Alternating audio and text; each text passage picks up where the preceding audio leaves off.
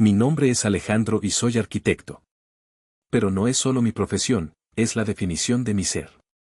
Me he pasado la vida construyendo cosas, edificios que tocan el cielo de la Ciudad de México, casas que se convierten en hogares y, por encima de todo, una vida que desde fuera parecía una obra maestra de la ingeniería.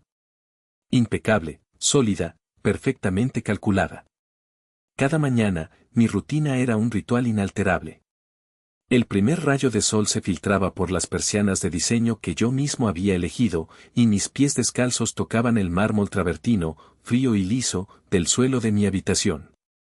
El silencio de la casa a las 5:30 de la mañana era mi único lujo, mi único momento de paz real. Bajaba a la cocina, un espacio abierto y minimalista con encimeras de cuarzo blanco y electrodomésticos de acero inoxidable que rara vez se usaban. El olor a café recién molido era la primera nota en la sinfonía de mi día. Mientras la cafetera goteaba con un siseo rítmico, yo ya estaba revisando en mi tableta los planos de un nuevo proyecto, mi mente ya inmersa en cálculos de cargas y estéticas de fachadas. Esta casa, mi casa, la había diseñado yo. Cada ángulo, cada ventanal, cada jardín interior estaba pensado para crear una sensación de luz y espacio. Era mi santuario, mi mayor logro personal, pero como en las mejores tragedias, era también mi jaula de oro. Un escenario magníficamente construido para una obra cuyo guión escapaba a mi control. La primera en bajar era siempre Sofía, mi esposa. Lo hacía cerca de las 9, cuando el sol ya estaba alto y yo llevaba horas trabajando. Aparecía en la cocina con el pelo revuelto y esa expresión de artista torturada que había perfeccionado con los años. Me daba un beso en la frente, un gesto automático y vacío, y se servía una taza del café que yo había preparado horas antes. «Larga noche, mi amor», le preguntaba, ya sabiendo la respuesta. La inspiración no tiene horario, Ale. El alma de un artista es un animal nocturno, respondía mientras se sentaba en la terraza a meditar con el móvil en la mano, deslizando el dedo por las redes sociales. Sofía era una artista conceptual o blogger de estilo de vida, dependiendo de la semana. Llevaba 10 años trabajando en su gran obra, una que, según ella, redefiniría el arte contemporáneo, pero de la que yo nunca había visto más que bocetos dispersos y facturas de materiales caros. Luego llegaba el ruido. Mateo, mi hermano menor, bajaba casi al mediodía, envuelto en una bata de seda que yo le había regalado. Su presencia siempre iba acompañada de un suspiro, como si el simple acto de existir fuera una carga insoportable. Se dejaba caer en una silla, quejándose de no haber dormido bien, de una nueva ansiedad que lo acosaba. «No sé cómo lo haces, hermano. Tanta energía. Yo me siento tan frágil». Mateo vivía con nosotros desde hacía casi 20 años, desde que apareció en mi puerta, con un bebé en brazos y devastado. En aquel entonces, lo acogí sin dudar.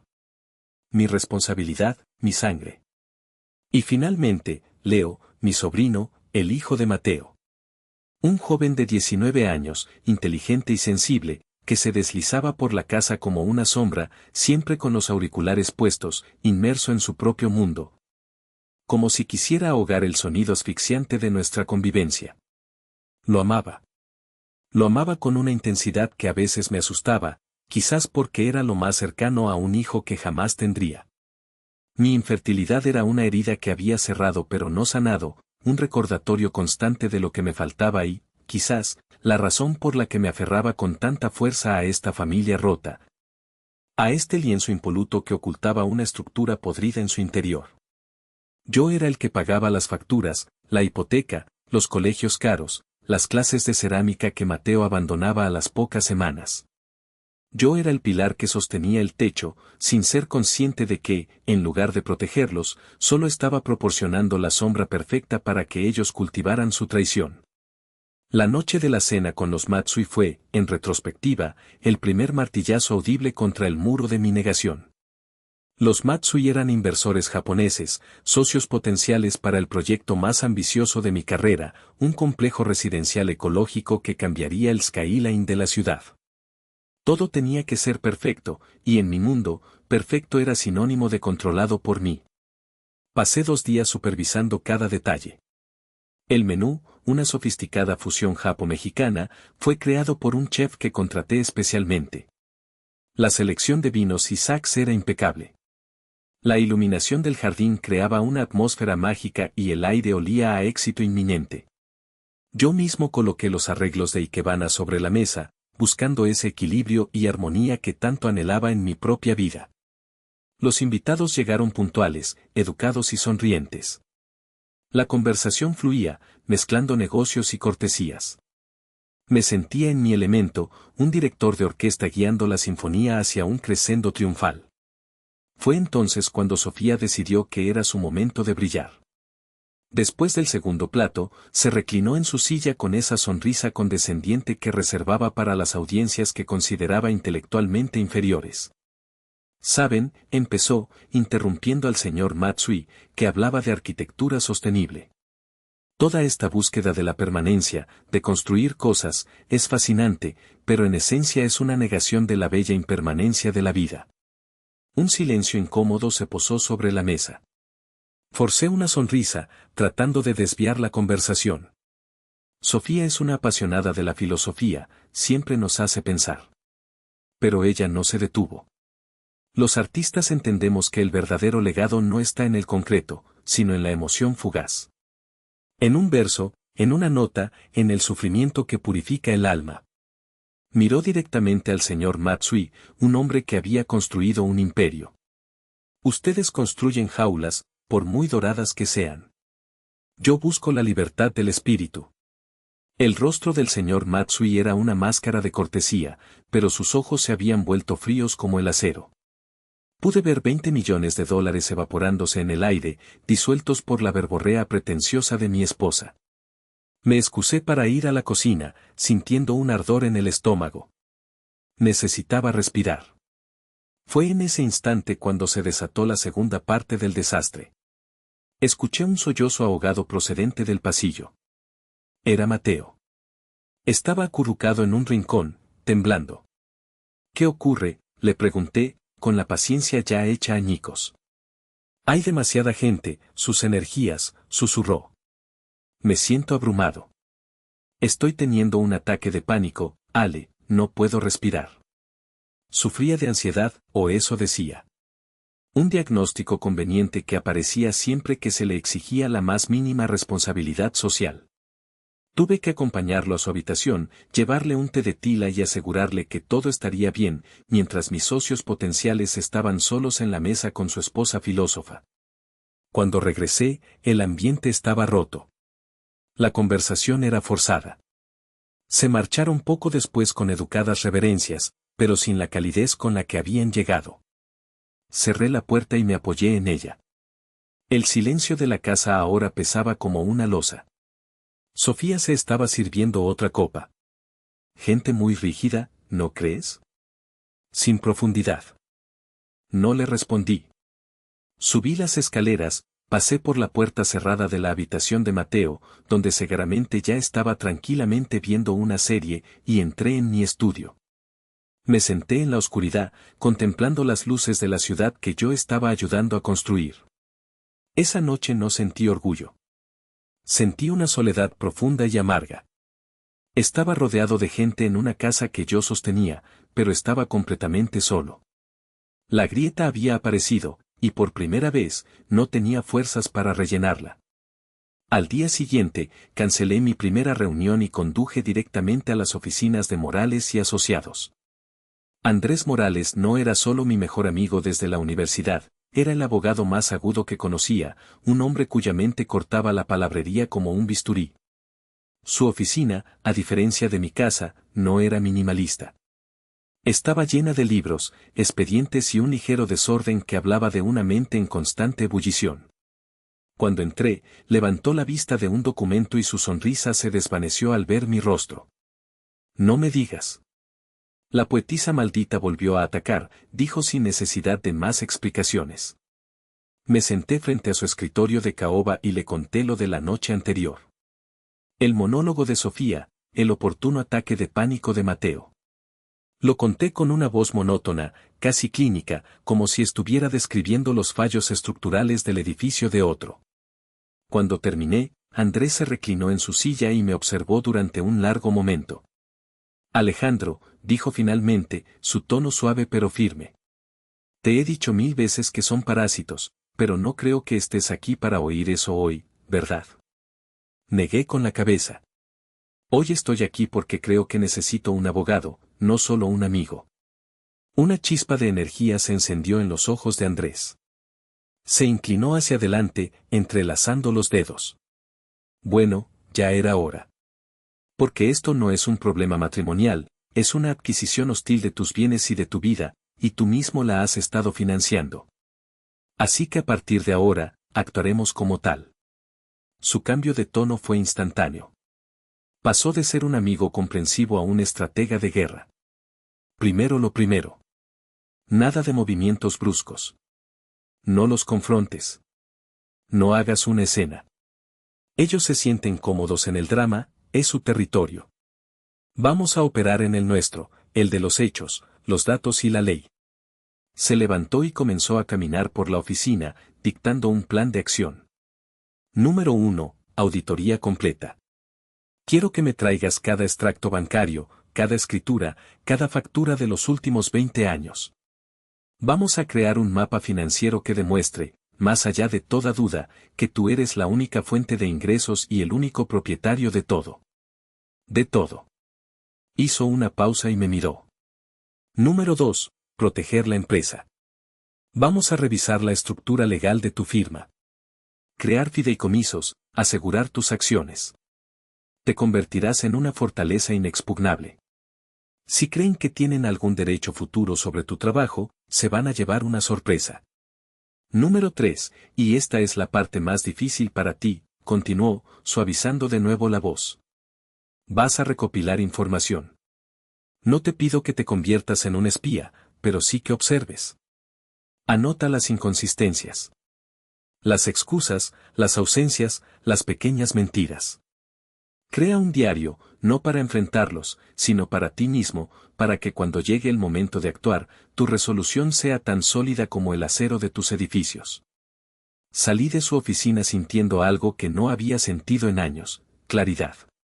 El miedo y la confusión seguían ahí, pero ahora estaban canalizados. Ya no era una víctima a la deriva en mi propia casa, era un cliente, tenía un estratega. El arquitecto en mí había encontrado un nuevo proyecto, la demolición controlada de una vida falsa y la construcción de una nueva sobre cimientos de verdad y autorrespeto. El plan de Andrés no era solo legal, era un plan de rescate para mi alma, y yo estaba listo para empezar a trazar los planos. Para entender la profundidad de la traición, hay que entender la profundidad de la herida que la hizo posible. Mi herida era un vacío, un silencio en el cuerpo que la ciencia no pudo llenar. Sofía y yo lo habíamos intentado todo.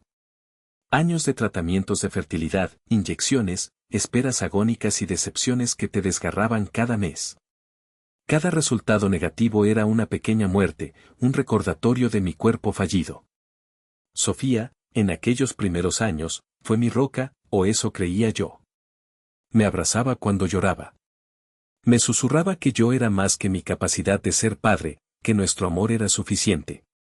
Su apoyo parecía incondicional, pero ahora, mirando hacia atrás, veo la sutileza de su manipulación. Nunca sugirió seriamente la adopción. Cada vez que yo lo mencionaba, siempre tenía una excusa. Esperemos un poco más, mi amor. No estoy segura de estar preparada para amar al hijo de otra persona. Nuestro vínculo es tan especial, no lo compliquemos. Me hizo creer que la única solución válida era tener un hijo biológico nuestro, un objetivo inalcanzable que me mantenía en un estado perpetuo de esperanza y fracaso. La última visita a la clínica de fertilidad fue devastadora. El doctor, un hombre amable pero directo, nos dijo que las posibilidades eran prácticamente nulas, que mi reserva de esperma era inexistente. Recuerdo salir de allí y sentir que el mundo se había quedado sin color. Esa noche me encerré en el baño y lloré hasta que no me quedaron lágrimas, hasta que solo quedó un vacío helado. Sofía llamó a la puerta, me pidió que saliera, me dijo que superaríamos esto juntos. 2 semanas después, en el punto más bajo de mi vida, sonó el timbre. Era Mateo. Tenía 20 años menos que ahora, la cara hinchada de llorar y una pequeña maleta a sus pies. Sostenía en brazos a un bebé de pocos meses, Leo. Me contó una historia trágica sobre una novia que lo había abandonado, una artista sin un céntimo que había huido al saber del embarazo. Lo vi allí, tan joven, tan asustado, cargando la vida que a mí me había sido negada, y mi corazón se partió en dos, una parte por él y la otra, la más grande, por mí. Lo dejé entrar, lo abracé y le dije que todo estaría bien, que no estaba solo. Esa noche, Sofía y yo hablamos. Yo estaba lleno de dudas, pero ella fue increíblemente persuasiva. Piénsalo, Ale, dijo, tomándome las manos. La vida nos ha cerrado una puerta, pero nos está abriendo una ventana. Es el destino. Podemos ayudarlo. Podemos ser una familia. Este niño puede ser la luz que necesitamos. Llenará este silencio. Sus palabras fueron un bálsamo para mi alma herida. Me convenció de que acoger a Mateo y a su hijo no era una carga, sino una bendición, una forma de sanar, una oportunidad para mí de ser una figura paterna, de cuidar, de construir el hogar que tanto anhelaba. La narrativa era perfecta, el hermano mayor exitoso rescatando al pequeño frágil, creando una familia poco convencional, pero llena de amor. Así que lo acogimos. Pagué sus gastos médicos, decoré una guardería, le compré todo lo necesario. Cuando Leo empezó a crecer, estuve allí para todo. Fui el primero en enseñarle a andar en bicicleta. Y en ese momento, mirando su carita, sentí una oleada de amor tan abrumadora que borró toda duda. Sofía tenía razón. Esto era lo correcto. Me aferré a esa creencia durante casi 20 años. Me convertí en el proveedor, el protector, el patriarca de facto. Justificaba la pereza de Sofía como el temperamento de una artista y la dependencia de Mateo como fragilidad emocional. Sostenía su mundo para que ellos pudieran vivir sin preocupaciones, porque en el fondo creía que les debía algo. Me habían dado la oportunidad de tener una familia. No sabía que, en realidad, solo me habían estado utilizando como el arquitecto e ingeniero de su larga y cómoda mentira. La presión en el trabajo se volvió asfixiante. Armando Ríos, mi rival, era un tiburón de la vieja escuela, un hombre que creía que la arquitectura era un club de hombres y que mi éxito era una anomalía temporal. El proyecto del complejo Vereda del Sol era la joya de la corona, y él estaba dispuesto a todo para arrebatármelo. No se trataba solo de competir con una propuesta mejor. Su estrategia era la guerra sucia. Empezó a difundir rumores en los círculos de inversores sobre la supuesta inestabilidad financiera de mi firma, Construcciones Alejandro. Sugería que había crecido demasiado rápido, que mis proyectos eran más fachada que sustancia. Eran mentiras, pero en el mundo de las grandes finanzas, la percepción a menudo pesa más que la realidad. Pero su golpe más bajo fue intentar robar a mi ingeniero estructural jefe, Miguel. Miguel era un genio, un hombre que había estado conmigo desde que mi empresa era solo una mesa y 2 sillas en un pequeño local alquilado. Era la columna vertebral técnica de mi firma. Armando le ofreció el doble de su sueldo y una participación en su compañía. Me enteré por el propio Miguel. Entró en mi oficina, cerró la puerta y me lo contó, con la lealtad luchando contra la tentación de una oferta que le cambiaría la vida. Pasé 2 días sin apenas dormir, preparando una contraoferta. No podía igualar el dinero de Armando, no sin poner en riesgo la liquidez de la empresa. Así que apelé a otra cosa. Apelé a nuestra historia, a la visión que compartíamos, a la libertad creativa que yo le daba y que nunca tendría con un dinosaurio como Armando. Le ofrecí una sociedad junior en la firma. Era un riesgo, pero era la jugada correcta. Aceptó. Llegaba a casa exhausto, con la mente llena de números, estrategias y la cara sonriente y traicionera de Armando. Y en casa, en lugar de un refugio, encontraba otro campo de batalla, uno silencioso y pasivo-agresivo. Encontraba a Sofía quejándose de que el ruido de la ciudad bloqueaba su flujo creativo. Encontraba a Mateo quejándose de que el supermercado no tenía la marca de leche de almendras orgánica que le gustaba. Una noche, mientras estaba en mi estudio revisando planos hasta la madrugada, Sofía entró, no para preguntar cómo estaba, sino para quejarse. Alejandro, Este estrés te está cambiando. Estás distante, siempre estás trabajando. ¿De qué sirve todo este éxito si perdemos nuestra conexión? La miré y, por primera vez, no sentí culpa. Sentí una rabia fría. La conexión, Sofía, se mantiene con apoyo mutuo. Mientras yo estoy ahí fuera librando una guerra para mantener esta casa, este estilo de vida, tú te quejas porque no te presto suficiente atención. ¿Cuándo fue la última vez que me preguntaste por mi día y realmente escuchaste la respuesta? Se quedó en silencio, sorprendida por mi tono, murmuró algo sobre que yo estaba demasiado intenso y se fue. Esa noche, la distancia entre los dos lados de la cama se sintió como un abismo. La guerra en la oficina me estaba endureciendo, despojándome de las capas de paciencia y tolerancia que había usado como armadura durante años. La presión externa estaba agrietando la fachada interna, y el arquitecto en mí empezaba a ver que los cimientos de mi propia casa estaban fatalmente comprometidos. Ya no podía ignorarlo. Todo el edificio se estaba viniendo abajo. Siguiendo el consejo de Andrés, la seguridad del hogar se convirtió en mi siguiente proyecto. La excusa era perfecta y totalmente plausible. Con el nuevo contrato en juego y un rival como Armando, era prudente aumentar la vigilancia.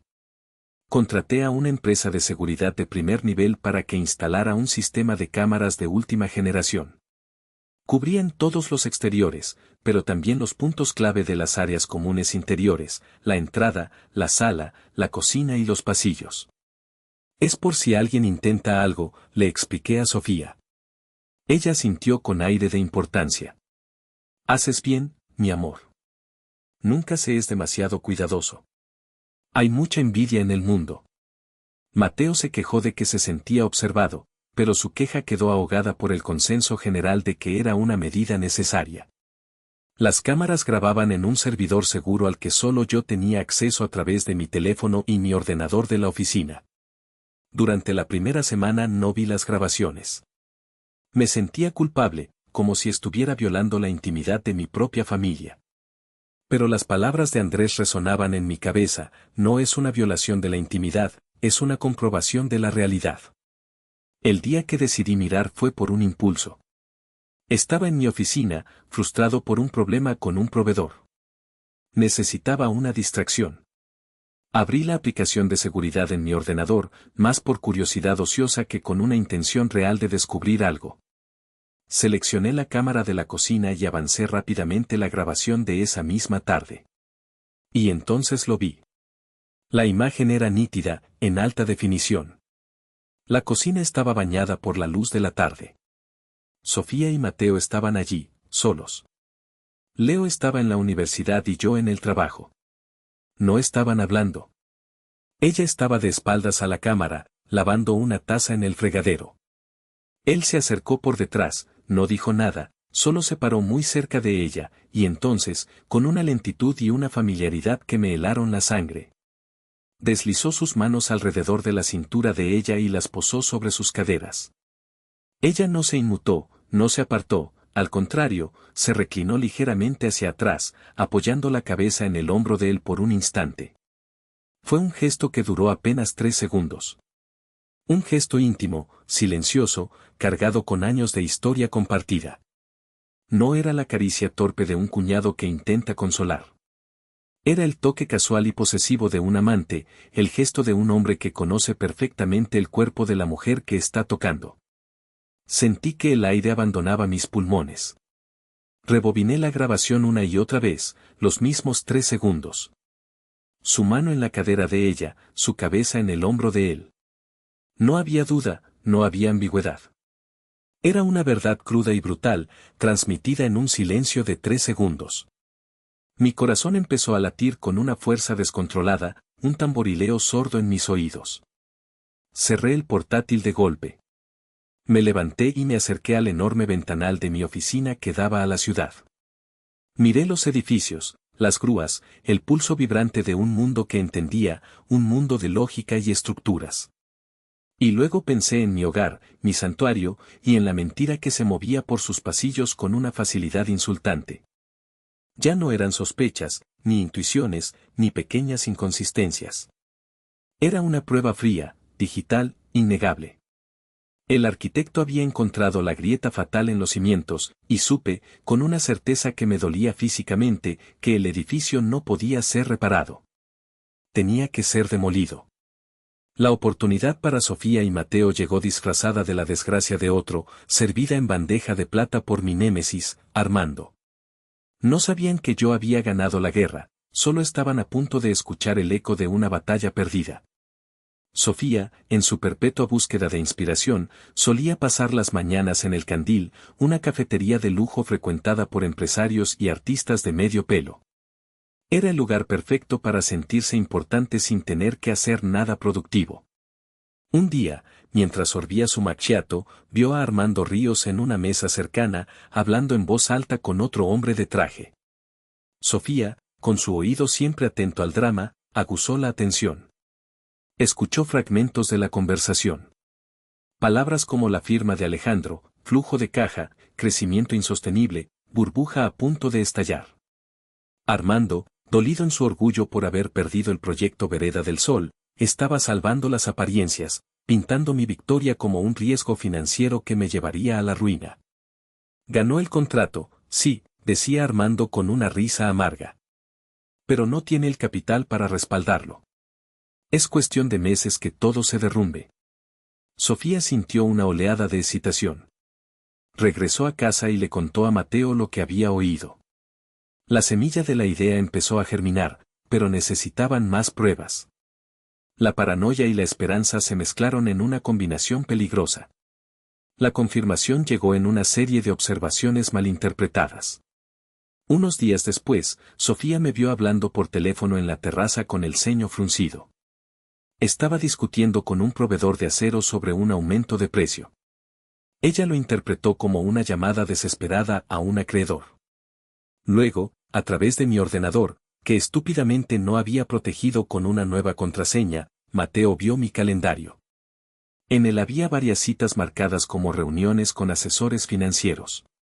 En realidad, eran reuniones con Andrés y un equipo de expertos para blindar mis bienes y reestructurar mis inversiones personales, separándolas por completo de la empresa y de cualquier posible reclamación futura.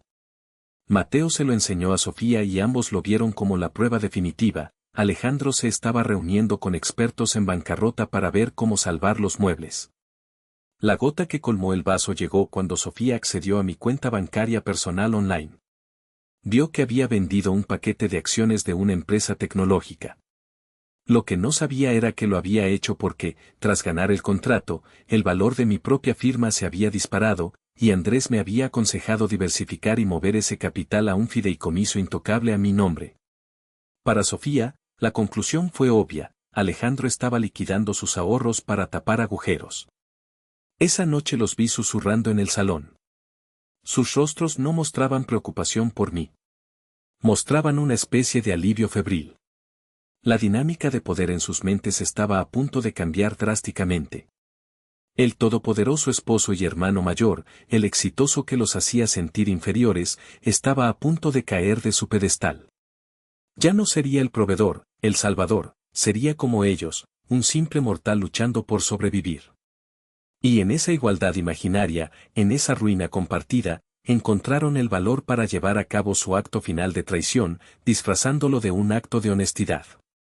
Pensaban que iban a confesarle su secreto a un hombre roto. No tenían ni idea de que estaban a punto de despertar a un rey. La noche de nuestro 20º aniversario de bodas. La fecha en sí era una broma macabra. Sofía había insistido en que no hiciéramos nada especial, que lo celebráramos íntimamente en casa. Ahora entendía por qué. Necesitaba el escenario que conocía, el hogar que yo había construido, para su gran actuación final. Llegué del trabajo un poco más tarde de lo habitual. Había pasado la tarde con Andrés firmando los últimos documentos del fideicomiso. Me sentía extrañamente tranquilo, como el ojo de un huracán. Sabía lo que se avecinaba. Mi única duda era cómo se desarrollaría la escena. Los encontré en el salón. No habían encendido la televisión, no había música. Solo estaban ellos dos, sentados uno al lado del otro en el sofá de diseño italiano que yo había pagado. Mateo tenía las manos entrelazadas en su regazo, la mirada fija en el suelo. Sofía sostenía una copa de whisky y me miró mientras entraba con una solemnidad ensayada. El aire era pesado, denso de palabras no dichas y una tensión que casi se podía tocar. Alejandro, por favor, siéntate, dijo Sofía, su voz cargada de una gravedad que no le pertenecía. Mateo y yo tenemos que hablar contigo. Dejé mi maletín en el suelo, me quité los zapatos y me senté en el sillón de enfrente, manteniendo una distancia deliberada. Los observé no como un esposo o un hermano, sino como un arquitecto que examina una estructura a punto de colapsar. Vi las grietas en sus expresiones, la falsa seguridad de Sofía, el miedo mal disimulado de Mateo. «Feliz aniversario», dije en voz baja. La ironía pareció pasarles por alto. Sofía se aclaró la garganta y tomó un sorbo de whisky, como para darse valor. «Alejandro, hemos compartido 20 años. Hemos pasado por mucho, y precisamente por eso, por respeto a nuestra historia, no podemos seguir viviendo en una mentira». Hizo una pausa dramática, esperando mi reacción. Permanecí inmóvil, mi rostro una máscara de neutralidad. «Sé que las cosas han sido duras últimamente, especialmente para ti con los problemas de la empresa y todo lo demás». Dejó la frase flotando en el aire, una invitación para que yo confirmara mi supuesta ruina. No mordí el anzuelo. Creemos que ahora más que nunca es el momento de la honestidad total. Ahora que las circunstancias nos han nivelado, por así decirlo. Esa frase fue la clave. La confesión no nacía del remordimiento, sino de un cálculo oportunista. Mateo levantó la vista por primera vez, con los ojos llorosos. «No queríamos hacerte daño, Ale. Nunca». Su voz era un susurro tembloroso. Sofía le tomó la mano, un gesto protector que para mí fue como una bofetada. Lo que hay entre Mateo y yo no es algo reciente. No empezó por lástima o por un error. Empezó mucho antes de que él viniera a vivir aquí. Llevamos más de 20 años juntos, enamorados. Cada palabra caía en el silencio de la habitación como una piedra en un pozo profundo. No sentí el impacto. Ya lo sabía. Lo que me fascinaba era la arrogancia, la autocomplacencia con la que lo decían. Y Leo, Sofía respiró hondo, como si esta fuera la gran revelación. Leo es mi hijo. Ale, es nuestro hijo. Mateo comenzó a sollozar suavemente, una actuación perfectamente sincronizada. Lo habían dicho. La verdad, o su versión de ella, estaba finalmente sobre la mesa. Me miraron, esperando. Esperaban que me derrumbara, que gritara, que llorara, que les diera el drama que su confesión merecía. Esperaban que mi supuesta ruina financiera me hiciera vulnerable, quizás incluso comprensivo. Pensaban que habían detonado una bomba en mi vida, pero se equivocaban. Yo no era el edificio que estaban demoliendo, yo era la dinamita. Permanecí en silencio unos segundos más, dejando que sus palabras se asentaran en el aire viciado. Luego me incliné ligeramente hacia adelante, los miré a ambos directamente a los ojos, y una pequeña sonrisa, fría y afilada como un trozo de cristal, apareció en mis labios. «Entiendo», dije. Mi voz, calmada y clara. Y con esa única palabra, supe que el juego había cambiado para siempre. Mi reacción los dejó completamente desconcertados. La palabra entiendo, pronunciada sin una pizca de histeria, sin una lágrima, sin el más mínimo temblor en la voz, no encajaba en su guión. El drama que habían ensayado meticulosamente se quedó sin su acto principal. Me miraron fijamente con la boca ligeramente abierta, como actores en un escenario que han olvidado sus líneas. Sofía frunció el ceño, confundida. ¿Entiendes? Alejandro, ¿has oído lo que te he dicho? Mateo y yo. Leo es mí. Perfectamente, la interrumpí, mi voz todavía en ese tono bajo y controlado que parecía desconcertarlos más que cualquier grito. Ha quedado muy claro. Me levanté de la silla con una lentitud deliberada. Cada movimiento era medido, tranquilo. No había prisa, no había pánico. El huracán estaba dentro de mí, pero en la superficie solo había una calma glacial. Me alicé la camisa, un gesto trivial y cotidiano que en ese contexto se sentía absurdamente poderoso. Si me disculpan, dije, como si me retirara de una aburrida reunión de negocios. Ha sido un día muy largo. Estoy cansado. Caminé hacia las escaleras. Podía sentir sus ojos clavados en mi espalda, llenos de incredulidad y una creciente ansiedad. Esperaban un colapso. Esperaban que me diera la vuelta, que exigiera explicaciones, que les diera la catarsis de una confrontación. Pero les negué esa satisfacción. Robarles su drama era el primer paso para robarles su poder. Subí cada escalón lentamente. Podía oír los latidos de mi propio corazón, un ritmo constante y fuerte. Cuando llegué al piso de arriba, no miré hacia atrás. Entré en mi habitación, la que había sido nuestra habitación, y cerré la puerta suavemente. No la azoté. El suave clic de la cerradura al encajar fue más definitivo que cualquier portazo. Una vez dentro, me apoyé en la madera fría de la puerta y cerré los ojos. Exhalé una larga y temblorosa bocanada de aire que liberó una tensión que se había estado acumulando durante años. No lloré. Las lágrimas vendrían después, o quizás no. En ese momento, lo que sentía no era tristeza, era una extraña mezcla de vacío y una claridad cortante. La verdad, por horrible que fuera, era finalmente real y tangible. Ya no era un fantasma susurrante en los pasillos de mi mente. Era un monstruo a plena luz del día, y ahora que podía verlo, sabía que podía matarlo. Escuché sus murmullos confusos desde abajo. ¿Qué ha sido eso? No entiendo. ¿Crees que está en shock? Dejé que hablaran. Dejé que se hundieran en su propia confusión. Me alejé de la puerta y me senté en el borde de la cama. Miré a mi alrededor, la habitación impecablemente decorada, los libros de arte en la estantería, la foto de nuestra boda en la mesita de noche. La cogí, miré mi propio rostro, 20 años más joven, lleno de una confianza ingenua. Luego, con la misma calma con la que había subido las escaleras, abrí el cajón de la mesita y la guardé dentro, boca abajo. Era el primer objeto de mi antigua vida que archivaba. Seguirían muchos más. Esa noche dormí solo en la habitación de invitados. El silencio de la casa ya no era mi lujo matutino, era mi arma. Y abajo, en el salón que yo pagaba, empezaban a darse cuenta con un terror creciente de que la guerra que acababan de declarar no se parecería en nada a la que habían planeado.